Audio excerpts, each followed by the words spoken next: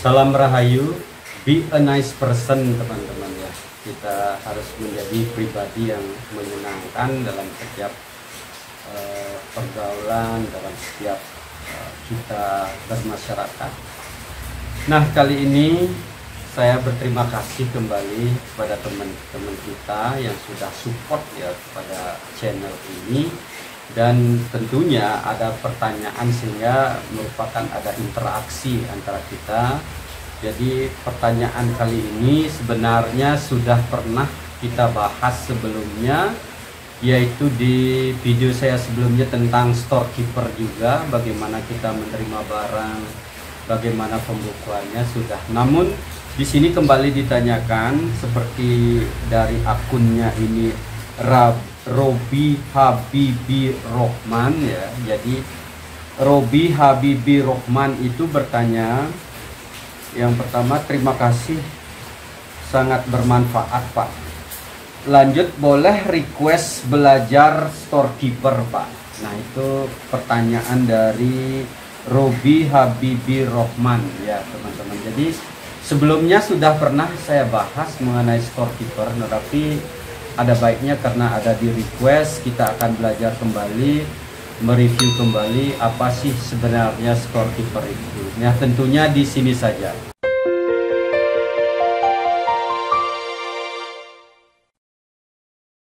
Seperti apa yang pernah saya bahas ya, storekeeper itu adalah suatu section yang ada di accounting dan peranannya sangat penting teman-teman. Storekeeper itu tidak bisa kita remehkan, tidak bisa kita bawa pekerjaan hanya menerima barang yang dan masuk ke gudang, setelah itu dikelola, dikeluarkan kembali. Nah, pada perjalanannya ada peristiwa-peristiwa yang harus teman-teman perhatikan dalam kita menjadi seorang storekeeper. Pertama, apa yang kita harus bahas yaitu apa sih storekeeper itu. Nah, storekeeper itu adalah individu ya, individu yang bertanggung jawab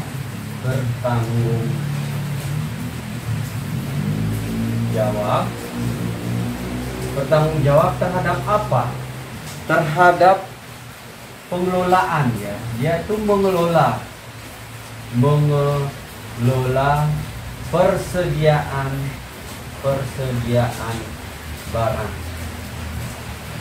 Itu yang dilakukan oleh storekeeper adalah bertanggung jawab terhadap pengelolaan persediaan barang. Barang itu dalam hal dimasukkan oleh receiving, kemudian dikeluarkan, itu semua yang dikelola, manajemen persediaan itu harus dikuasai dalam hal ini teman-teman ya. Jadi yang dikelola adalah barang-barang yang masuk ke store, kemudian bagaimana pencatatan, kemudian kalau ada user yang memerlukan, departemen yang memerlukan, pengeluarannya juga bagaimana. Itu yang pertama. Kemudian yang kedua adalah menjaga ketersediaan,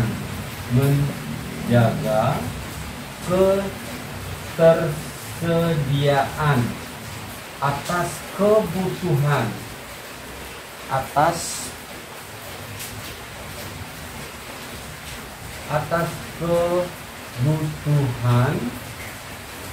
akan barang ya. Jadi kebutuhan barang operasional hotel, karena kita berbicara di storekeeper hotel. Nah, setelah mengelola persediaan barang masuk, barang keluar, kemudian seorang storekeeper harus menjaga ketersediaan barang itu harus tetap ada. Apa yang dibutuhkan oleh user, apa yang dibutuhkan oleh masing-masing departemen itu harus terjaga ketersediaannya, tidak boleh kosong gitu. Karena itu apa yang ada masuk keluarnya itu semua harus diperhatikan oleh seorang storekeeper. Kalau dia dirasa sudah minimum stoknya sudah mencapai minimum, stok sudah mencapai minimum, itu storekeeper berhak untuk melakukan order barang. Dia harus buka PR, purchase request ya. Purchase request ini akan dibawa ke purchasing, disitulah kemudian pengadaan barang. Jadi ketersediaan dan daripada kebutuhan barang untuk operasional hotel supaya barang itu tidak ada di gudang, tidak ada di store, sehingga akan menghambat daripada operasional dari hotel itu. Nah itu kalau itu dulu pahami teman-teman bahwa dari pengertian seorang storekeeper itu sudah bisa kita jawab bahwa betapa beban yang menjadi tanggung jawab, tugas dan tanggung jawab daripada seorang storekeeper itu ya begitu berat teman-teman. Nah semakin besar usaha, semakin besar perhotelan, semakin banyak kamar yang ada, semakin banyak kamar yang dikelola hotel, umpamanya di atas 200, biasanya karyawan, employee yang ada di store itu bisa mencapai 3 orang ya teman-teman ya. Jadi itu tergantung dari besar kecilnya, banyak sedikitnya dari kamar yang ada di hotel. Dan kebijakan-kebijakan manajemen kalau dirasa memerlukan kebutuhan akan karyawan 3 orang atau 2 orang atau lebih dari 1, itu kebijakan dari manajemen karena menyangkut daripada PTR yang akan mempengaruhi dari laba yang akan dicapai.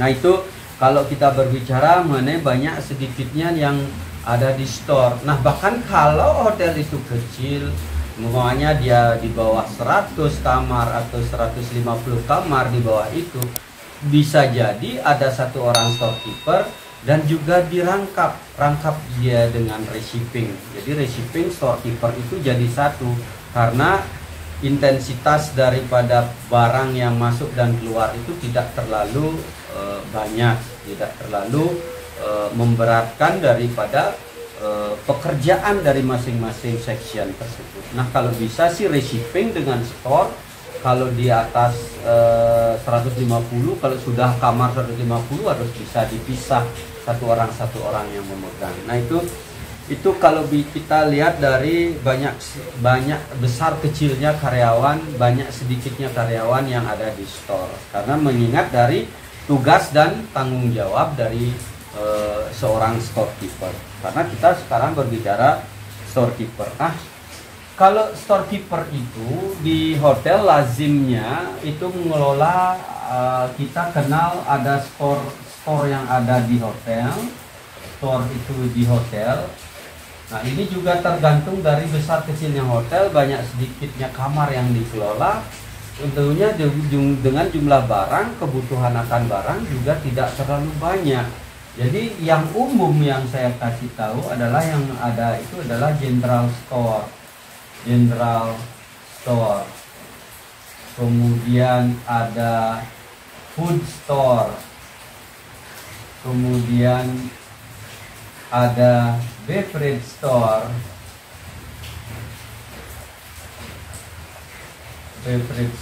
kemudian ada engineering store. Nah di engineering store ini juga bisa digabung ke general store ya, bisa ke general store jadi satu dia ke antara engineering dengan store ini. Kan kalau kebutuhan akan barang tidak terlalu banyak, yang 3 ini aja sudah cukup sebenarnya, general store, food store dan beverage store.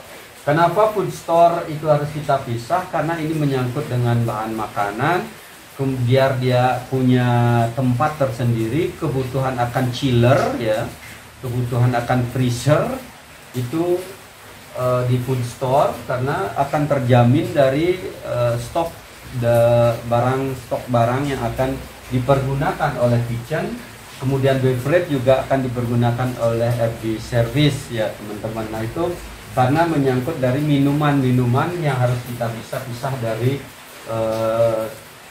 material ya, dari ada 3 komponen sebenarnya, material, kemudian food, dan beverage. Itu biasanya yang menjadi 3 komponen yang harus dipisahkan dalam store. Kita berbicara tentang store, ya, storekeeper. Bagaimana juga pekerjaan dari seorang storekeeper. Nah, kita setelah tahu, ya, dasarnya setelah tahu kita apa tugas tanggung jawab dari seorang storekeeper, apa itu storekeeper, store yang dikelola oleh storekeeper. Jadi setiap barang yang akan datang, yang akan dibawa ke store, itu adalah tanggung jawab dari seorang storekeeper. Jadi barang diterima oleh receiving, jadi purchasing, ya, kita bisa lihat sekarang teman-teman, purchasing, pengadaan barang, kemudian barang datang, itu diterima oleh receiving.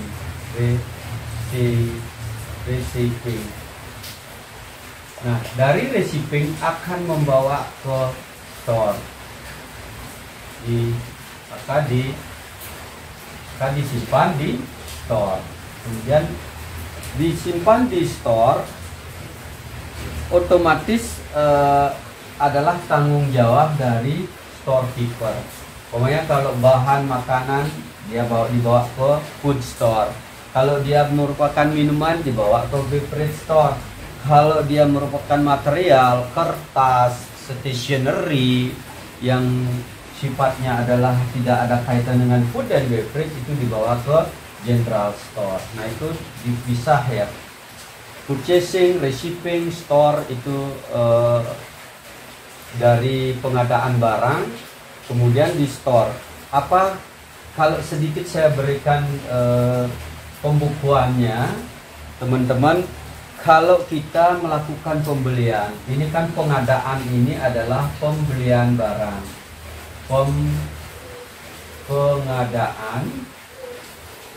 Pengadaan barang itu adalah pembelian barang. Kalau pembelian itu jurnal di kredit, kita pasti mengeluarkan uang. Kalau dia harus dibayar dengan cash, berarti kredit, berarti uang cash yang keluar. Kalau kita bayar juga pakai cek, bisa jadi merupakan bank juga. Jadi cash atau bank jelas sudah di kredit karena kita mengeluarkan mengeluarkan uang. Pembelian itu adalah mengeluarkan uang. Debitnya apa, teman-teman? Kalau di debit itu adalah persediaan. Kalau di hotel inventory. Jadi persediaan barang. Persediaan barang ini juga itu spesifik dicatat. Kalau dia merupakan kertas, dia adalah kertas pada cash bank.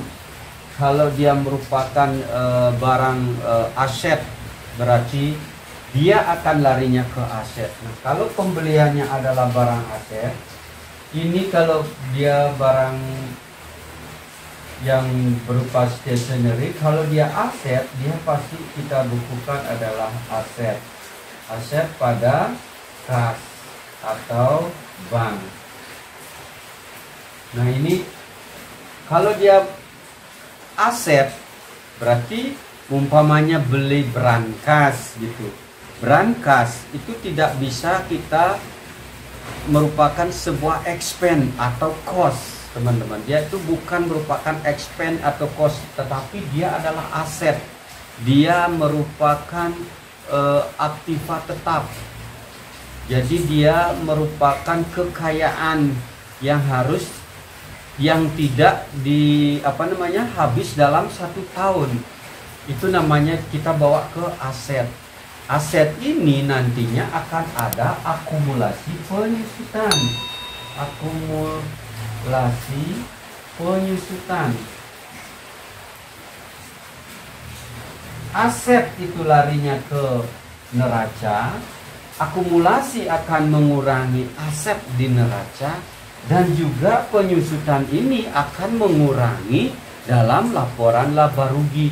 Jatuhnya kalau di hotel itu setelah kita cost dan expenses itu ada untuk mengurangi revenue, ada yang namanya GOP, jadi gross operating profit.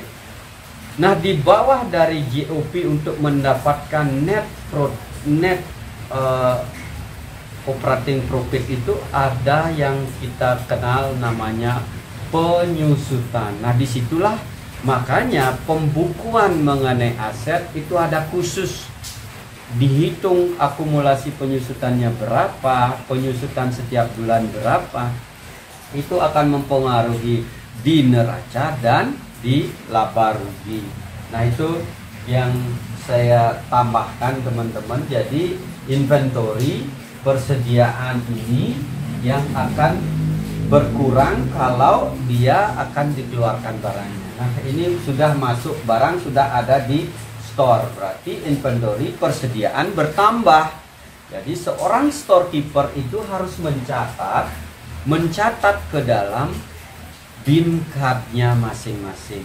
Barang ini datang, barang A datang, ditaruh dengan rapi, diklasifikasikan dengan barang yang ada.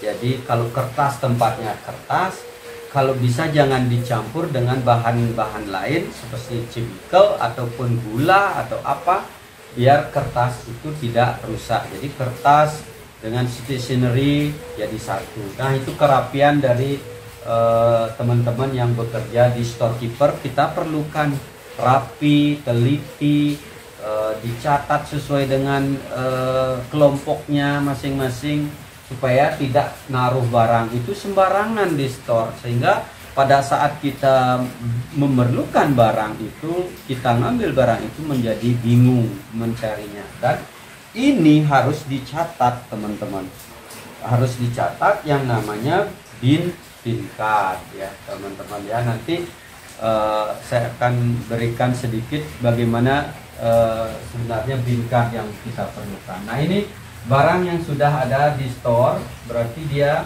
adalah inventory pada persediaan pada cash. Jadi kalau dia adalah pembelian secara cash. Kalau pembelian secara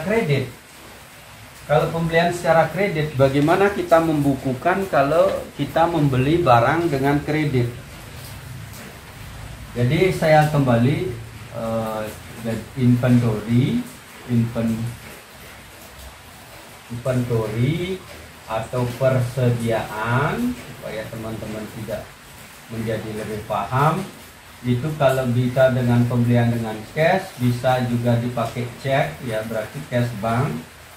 Nah, kalau dia pembelian secara kredit ya inventory persediaan pada AP, account payable, atau yang namanya hutang ya, hutang dagang, trade creditor ya teman-teman. Nah, ini kalau barang aset ya aset debitnya, berarti asetnya yang bertambah. Tetap kalau kita dikasih hutang, dikasih kredit ya hutang di kredit. Nanti pembayaran pas akhir bulan harus dibayar, berarti hutang di debit, kreditnya cash atau bank, tergantung dari apa yang dibayar. Kalau bank transfer ya bank. Nah, itu kalau pengeluaran. Nah, selama ini kita berbicara revenue, berarti kita mendapatkan uang kas atau bank di debit. Nah, sekarang kalau kita membeli barang itu kebalikan sekarang, tapi debitnya apa? Kita mendapatkan barang, barang itu di debit. Kalau entah dia aset, entah dia persediaan. Kalau mengeluarkan ya uang cash. Kalau mengeluarkan dengan hutang, kita dikasih berhutang ya hutang di kredit, bertambah hutangnya. Nah, itu ini semua mempengaruhi dari neraca teman-teman, balance sheet ya. Ini adalah neraca, di komponen neraca.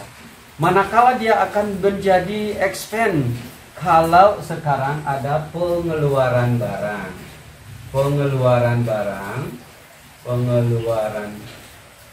barang itu dari user ya, user akan memerlukan barang, membawa store requisition,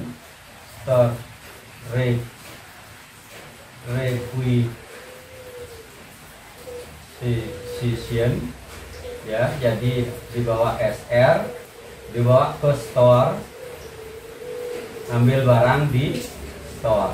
Nah, storekeeper akan mengeluarkan barang sesuai dengan SR-nya ini, sesuai dengan store requisition-nya. Apa permintaan dari user ini? User membawa store requisition ke store sesuai dengan apa yang tertera di store requisition-nya. Berarti pengeluaran barang. Kalau pengeluaran barang, otomatis apa yang di debit dan apa yang di kredit. Nah, disinilah kita akan melakukan cost, mendebit cost atau expenses, ya, expenses pada inventory atau persediaan. Nah, selanjutnya kalau dia di food seperti tadi, food store, beverage store, itu adalah kalau dia menggunakan barangnya, dia akan menjadi cost. Kalau kita mengambil stationery, dia akan menjadi expense dari masing-masing departemen itu. Expense dan cost bisa kita bedakan. Nah, cost dan expense ini juga sudah kita bahas di pembahasan saya yang sebelumnya. Silahkan teman-teman, sudah di accounting department itu saya sudah menyajikan cost itu apa, expenses itu apa, storekeeper apa, receiving apa, purchasing apa, itu sudah ada di pembahasan-pembahasan kita yang sebelumnya. Namun kalau masih ada belum dipahami, mungkin masih sedikit ada keraguan, boleh teman-teman tanyakan kembali, masukkan di kolom komentar. Kita akan bahas teman-teman seperti store ini sekarang. Jadi kalau pengeluaran user ini adalah departemen yang ada di hotel. Jadi masing-masing departemen yang ada di hotel itu adalah user, entah dia accounting, sales, FO, F&B, kemudian engineering, housekeeping, gitu. Nah, itu semua akan larinya adalah expenses dan cost. Cost itu F&B khusus tentang cost, teman-teman, karena dia menghasilkan suatu produk. Kalau apa-apa yang kita hasilkan merupakan suatu produk, jadi dia adalah jadi cost. Kalau expenses, biaya yang kita keluarkan untuk menunjang operasional dari hotel. Nah, itu makanya cost dan expenses ini setelah digunakan oleh user ini baru dia mempengaruhi laba atau rugi atau PNL, profit and loss. Ini cost itu baru dia ke expenses. Kalau barang itu masuk belum bisa kita bilang itu adalah cost atau expenses. Kalau barang sudah dipakai oleh user baru antara cost dan expenses itu. Jadi itu adalah ke laba rugi. Ini tetap dia di neraca, teman-teman. Tetap di balance sheet. Tetap balance sheet dia. Akan berkurang persediaan ini di debit, kemudian di kredit. Jadi kalau persediaan itu dia minimum stoknya sudah habis, ya nol. Berarti nol, persediaan sudah nol kembali. Nah, itu di storekeeper sebenarnya harus teliti, rapi, kemudian harus benar-benar teliti dalam hal melihat expired date-nya. Usahakan pada saat melakukan pengeluaran barang ini, itu sistemnya adalah FIFO. FIFO adalah first in, first out ya. Jadi FIFO, barang pertama yang datang, barang pertama harus dikeluarkan. Ini menghindari dari expired date-nya, expired date dari barang tersebut ya. Jadi ada kedaluarsa supaya barang itu tidak kedaluarsa. Kalau barang itu kedaluarsa, itu otomatis akan mengurangi laba yang akan kita peroleh. Sama halnya kalau barang itu expired tidak bisa kita gunakan, sama dengan artinya barang itu adalah dicuri, kehilangan barang, dicuri entah kemana barang itu jelas akan mengurangi laba rugi. Itulah kenapa expired date ini kita hindari pada saat reshipping menerima, dilihat expired date-nya, atau reject atau barang itu kalau foodnya seperti bawang itu kayaknya sudah agak sedikit busuk, kita kembalikan, retur dia. Kalau di reshipping lolos, di storekeeper kembali melihat expired date-nya itu. Jadi sistem FIFO ini harus kita gunakan first in first out. Nah, kalau barang-barang LIFO last in first out, barang yang terakhir keluar pertama, itu ada kis-kis tertentu saja yang diperlukan seperti itu. Nah, itu dari pengeluaran, ini pemasukan barang, pembelian barang, pengeluaran barang dilakukan oleh user. Kalau pembelian kepada supplier. Nah, kalau pencatatan aset itu sudah juga pernah saya bahas. Cuma saya kasih sedikit tadi seperti itu. Nah, kalau bin card sekarang. Bin card, kenapa sangat penting sekali seorang storekeeper dengan bin card? Bin card ini mencatat, teman-teman. Mencatat keluar masuk barang, kemudian keluar barang, sehingga kita menemukan stok akhirnya, stok barangnya berapa. Nah, itu jadi bin card itu storekeeper pada saat barang itu dimasukkan oleh reshipping, storekeeper sudah mencatat di bin card barang ini in sekian, barang ini setelah user menggunakan barang ini out sekian.